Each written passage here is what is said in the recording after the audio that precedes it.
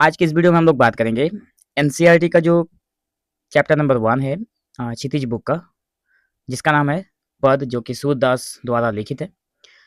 तो आज की इस वीडियो में हम लोग उस चैप्टर के सभी प्रश्न उत्तर को एक साथ कवर करेंगे और सभी प्रश्न उत्तर को इतने अच्छे ढंग से देखेंगे कि आप लोगों को उसका पूरा अंक मिले। ठीक है, तो जो प्रश्न है, प्रश्न अभ्यास में आप लोग देखेंगे चैप्टर के पीछे लिखा हुआ है, जो प्रश्न दिया गया है उसमें से पहला प्रश्न है कि गोपियों द्वारा उद्धव को भाग्यवान कहने में क्या व्यंग निहित है। उत्तर में लिखेंगे कि गोपियां उद्धव को अति बड़भागी मतलब अत्यंत भाग्यशाली कहकर उन पर तीखा व्यंग करती हैं। ठीक है, उनका वास्तविक तात्पर्य यह है कि उद्धव वास्तव में अत्यंत अभागे हैं। मतलब उद्धव को कहती हैं कि उद्धव जो हैं अत्यंत अभागे हैं। क्यों अभागे हैं? श्री कृष्ण के अत्यंत निकट रहते हुए भी उनके प्रेम के आनंद से अछूते रहे। मतलब श्री कृष्ण का प्रेम उनको नहीं ले पाए, गोपियों का मानना है। जिस प्रकार कमल का पत्ता जो होता है, कमल का पत्ता जल में रहकर भी जल से नहीं भीगता, उसी प्रकार उद्धव भी कृष्ण के सानिध्य में रहकर उनके प्रेम बंधन में नहीं बंध सकते। जो उद्धव हैं, गोपियां बता रही हैं कि उद्धव श्री कृष्ण के साथ रहकर भी उनके प्रेम से अज्ञात हैं, उनके पता ही नहीं है। तो प्रेम के इस अनूठे अनुभव से वंचित रहना उनके लिए सौभाग्य नहीं बल्कि दुर्भाग्य है। ठीक है, तो पहले प्रश्न का आंसर आप लोग ऐसे लिख सकते हैं। दूसरा नंबर प्रश्न है कि उद्धव के व्यवहार की तुलना किस किस से की गई है। ध्यान से देखिए, तो उत्तर में लिखेंगे कि गोपियों ने उद्धव के व्यवहार की तुलना दो प्रमुख वस्तुओं से की है।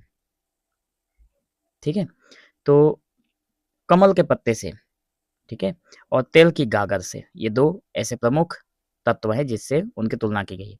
तो कमल के पत्ते से कैसे की गई है कि जिस प्रकार कमल का पत्ता सदैव जल के भीतर रहता है, परंतु उस पर जल की एक बूंद भी नहीं टिकती और न ही उस पर पानी का कोई दाग लगता है।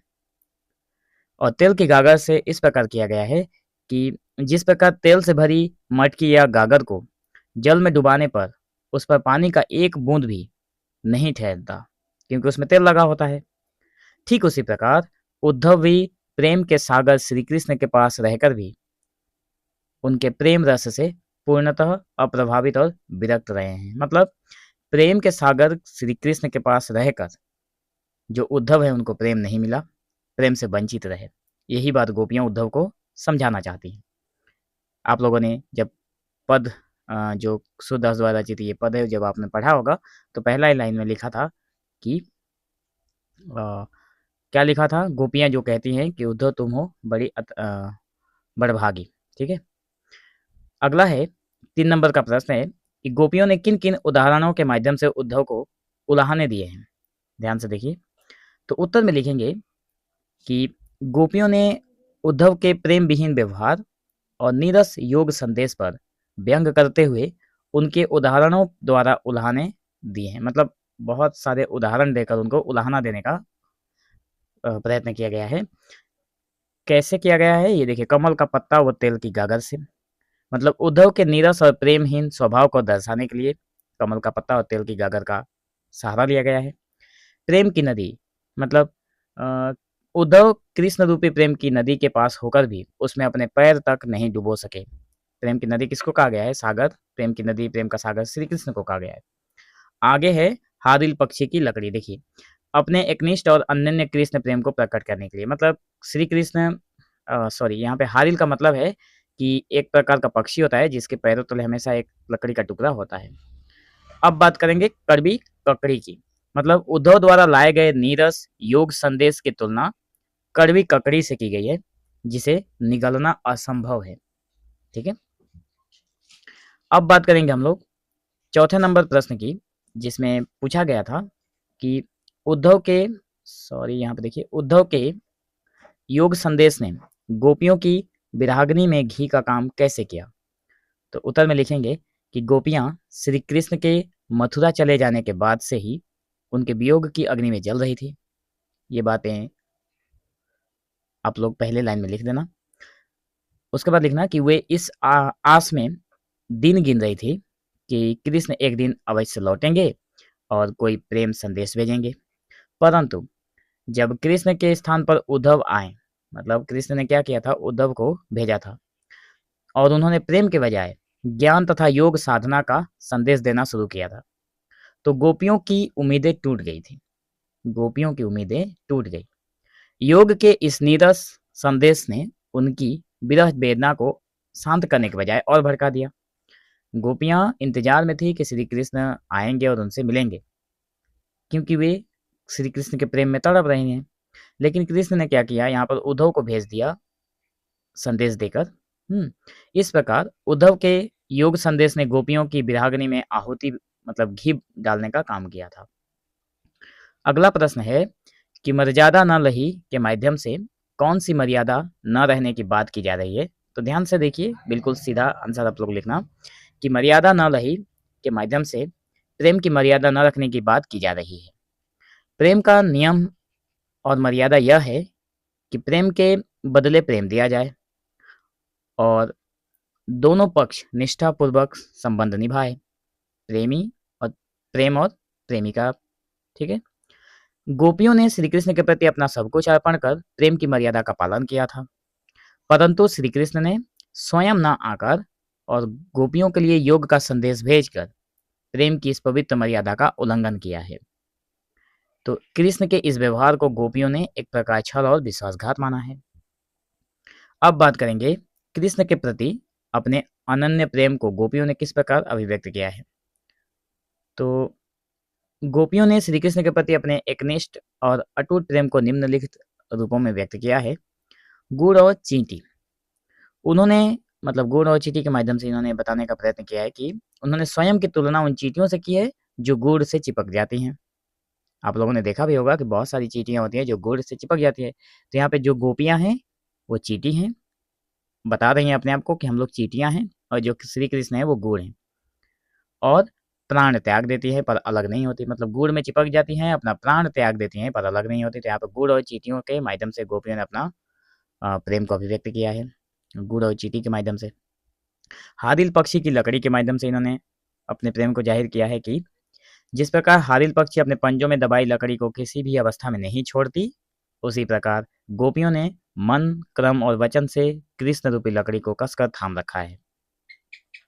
अगला है निरंतर स्मरण। मतलब वे सोते जागते सपने में प्रत्यक्ष में दिन रात केवल कान्हा कान्हा, मतलब कृष्ण कृष्ण ही रट लगाती रहती हैं। मतलब हमेशा कृष्ण को ही याद करती रहती हैं। 7वां नंबर प्रश्न है कि गोपियों ने उद्धव से योग की शिक्षा कैसे लोगों को देने की बात कही है। बहुत मतलब अच्छा प्रश्न है, ये भी एग्जाम के दृष्टिकोण से पूछा जाता है। तो गोपियों ने उद्धव से कहा कि योग की शिक्षा ऐसे लोगों को दें जिनका मन चक्री के समान चंचल है और जिनका मन एक स्थान पर स्थिर नहीं होता। गोपियों का मन तो श्री कृष्ण के अनन्य प्रेम में पहले से ही पूरी तरह स्थिर और एकाग्र है, इसलिए उन्हें इस योग साधना की तनिक भी आवश्यकता नहीं है। योग केवल उन भटके हुए लोगों के लिए उपयोगी है जो अस्थिर चित्त वाले होते हैं। मतलब जिनका मन एक जगह पर नहीं टिकता, ऐसे लोगों को योग की शिक्षा दी जाती है। ठीक है। गोपियां बता रही हैं कि उनका मन तो श्री कृष्ण में एकाग्र है। आगे बात करेंगे 8वें नंबर प्रश्न में कि प्रस्तुत पदों के आधार पर गोपियों का योग साधना के प्रति दृष्टिकोण स्पष्ट करिए। तो उत्तर में लिखेंगे कि सूरदास जी के पदों के आधार पर गोपियों का योग साधना के प्रति दृष्टिकोण अत्यंत उपेक्षापूर्ण, व्यवहारिक और नकारात्मक है। मतलब वे योग साधना को नीरस, अवांछित और अनुपयोगी मानती हैं। उनके लिए जो योग का संदेश है वो कड़वी ककड़ी के समान अरुचिकर है, जिसे स्वीकार नहीं किया जा सकता। वे योग को ऐसी व्याधि, मतलब व्याधि का मतलब हो गया बीमारी, मानती हैं जिसे उन्होंने न कभी पहले देखा, न सुना और न ही भोगा है। वे सगुण भक्ति और सकारात्मक प्रेम मार्ग को ही योग मार्ग की तुलना में श्रेष्ठ और व्यवहारिक मानती हैं। ठीक है। अब बात करेंगे हम लोग 9 नंबर के प्रश्न की। गोपियों के अनुसार राजा का धर्म क्या होना चाहिए। उत्तर में लिखेंगे कि गोपियों के अनुसार एक सच्चे राजा का धर्म यह होना चाहिए कि वह अपनी प्रजा के हितों की रक्षा करे और अपनी प्रजा को किसी भी प्रकार का कष्ट ना पहुंचने दे। राजा को अपनी प्रजा पर अत्याचार या अनीति नहीं करनी चाहिए और न ही दूसरों को ऐसा करने से करने देना चाहिए। प्रजा के सुख दुख का ध्यान रखना ही राजा का सबसे बड़ा कर्तव्य है। गोपियां कृष्ण को याद दिलाती हैं कि राजा बनकर वे अपनी प्रजा को दुख देकर राजधर्म का उल्लंघन कर रहे हैं। राजा कौन बने हैं? श्री कृष्ण। ठीक है, प्रजा कौन है? गोपियां। आगे बात करेंगे 10वें नंबर प्रश्न की। गोपियों को कृष्ण में ऐसे कौन से परिवर्तन दिखाई दिए जिनके कारण वे अपना मन वापस पा लेने की बात कहती हैं? उत्तर में लिखेंगे कि गोपियों को श्री कृष्ण के आचरण में निम्नलिखित परिवर्तन दिखाई दिए हैं। श्री कृष्ण अब मथुरा जाकर राजनीति सीख गए हैं। गोपियां उनके उन पर गुस्सा में हैं और बोलती हैं कि कृष्ण ने राजनीति सीख लिए हैं। अत्यधिक चतुर व छल कपटी हो गए हैं। वे पहले दूसरों के कल्याण और न्याय के लिए कार्य करते थे, परंतु अब स्वयं अनीति करने लगे हैं। वे प्रेम का संदेश भेजने के स्थान पर उद्धव के हाथों नीरस योग का संदेश भेज रहे हैं।